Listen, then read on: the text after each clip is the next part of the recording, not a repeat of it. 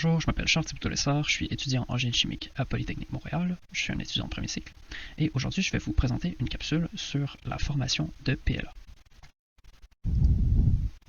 Donc premièrement, un petit plan de comment la capsule va se dérouler. On va premièrement définir ce que c'est le PLA, on va ensuite présenter les différents intérêts de la matière en ce moment, qui sont donc d'actualité. On va ensuite parler de la production du PLA, donc ça va passer par plusieurs étapes principales. Donc premièrement, la formation de l'acide lactique. Ensuite, la transformation en lactide. On va voir ensuite la polymérisation à partir du lactide. Et ensuite, on va voir la formation en produit fini. Alors, premièrement, le PLA, qu'est-ce que c'est? Donc, le PLA, ça vient de polylactique acide, et on dit que c'est un polymère. Donc, c'est un plastique, et on dit qu'il est biosourcé et biodégradable. Donc, premièrement, qu'est-ce que c'est qu'un polymère? Donc, un polymère, c'est une suite de molécules qu'on appelle des monomères, qui peuvent être extrêmement longues. Donc, on parle de masses molaires qui peuvent atteindre plusieurs centaines de milliers de grammes par mol. Donc, en général, un polymère plus long, c'est un polymère avec des critères qui sont plus favorables à ce qu'on veut. Donc, on veut vraiment un polymère qui est plus long qu'un polymère court. Quelques exemples de polymères dans la vie de tous les jours. Notre ADN, entre autres, est un polymère, et le nylon et le polystyrène sont des exemples de polymères aussi. Ensuite, chimiquement, plus spécifiquement, qu'est-ce que c'est le PLA? Donc, les monomères du PLA sont l'acide lactique. Donc, des morceaux d'acide lactique vont se coller les uns sur les autres et ça va former ce qu'on appelle le PLA, le polylactique acide. Une des particularités très importantes du PLA, c'est qu'il n'est pas formé à partir d'hydrocarbures. On dit qu'il est biosourcé. Ça veut dire qu'il n'est pas formé à partir de pétrole. Et si on veut savoir pourquoi, on peut se pencher sur le nom polylactique acide. Lactique vient du lait. Donc, c'est un polymère dont les monomères viennent du vivant. C'est pour ça qu'on dit qu'il est biosourcé. Nous-mêmes formons de l'acide lactique. Donc, c'est vraiment un composé qui est assez répandu dans le vivant. Ensuite, un autre attrait du PLA, c'est qu'il est très biodégradable. Il se compose seulement en quelques mois, ce qui peut être très rapide, surtout comparé à d'autres plastiques qui peuvent se décomposer en années. Et comment il se décompose? Il forme du H2O et du CO2. Alors bien sûr, vous allez me dire, c'est pas très environnemental, le CO2, c'est un gaz à effet de serre, mais un des avantages du PLA, c'est que puisqu'il est biosourcé, on peut dire qu'il est carboneutre. C'est-à-dire que le carbone qui forme le PLA provient du carbone de plantes qui elles-mêmes ont absorbé du carbone à partir de l'atmosphère.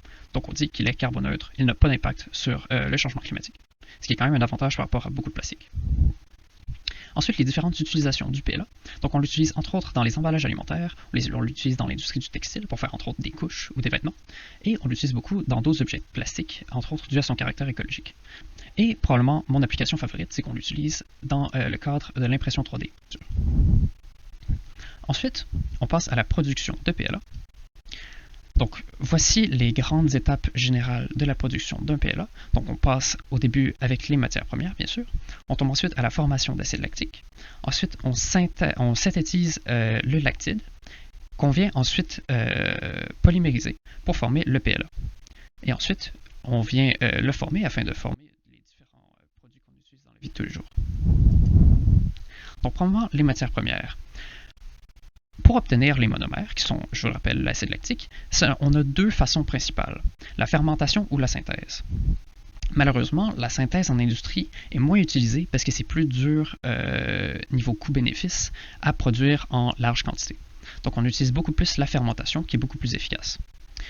Et pour la fermentation, on a besoin de deux réactifs principaux.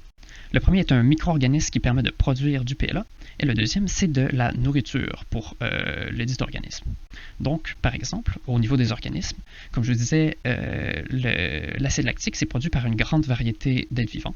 Donc, ça peut être des champignons, des algues, des bactéries, même le E. coli, qui est une bactérie que vous connaissez très probablement, produit de l'acide lactique et est communément utilisé en usine.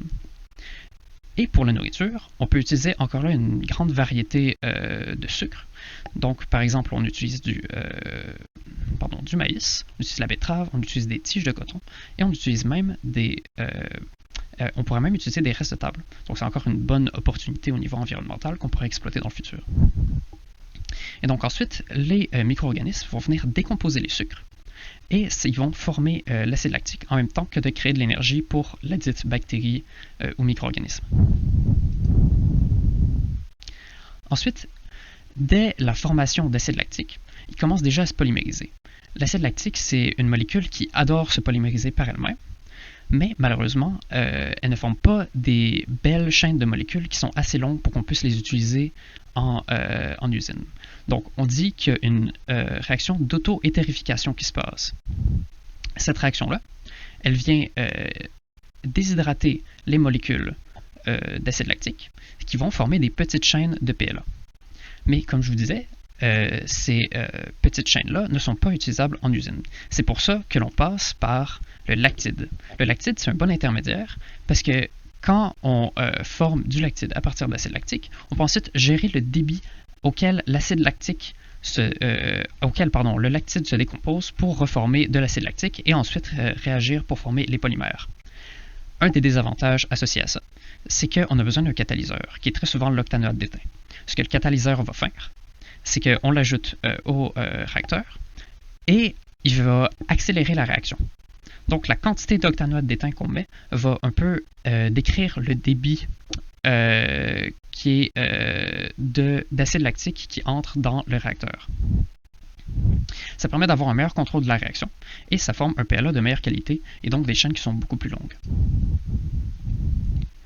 Ensuite, comme je vous disais il y a quelques secondes, la réaction de déshydratation qui se produit entre l'acide lactique pour former le PLA est réversible. Donc, par hydrolyse, qu'on appelle, les molécules d'eau peuvent réagir avec le PLA pour briser le polymère. Et ça, on ne veut pas ça, on fait des belles chaînes, je vous le rappelle. Et donc, c'est important de le conserver dans un endroit sec et dépourvu d'humidité. Donc, par exemple, on va sécher le polymère après l'avoir créé, que ce soit à 80 Celsius pour 4 heures ou 100 Celsius pour 2 heures. Ensuite vient la mise en forme. Et il y a diverses façons de le former, c'est un plastique après tout. Donc ici, on a quelques exemples. Le premier, probablement un des plus répandus, c'est avec un extrudeur. Et donc, ce que cet extrudeur vient faire, c'est il vient chauffer le PLA avec les petites plaques chauffantes qui sont ici.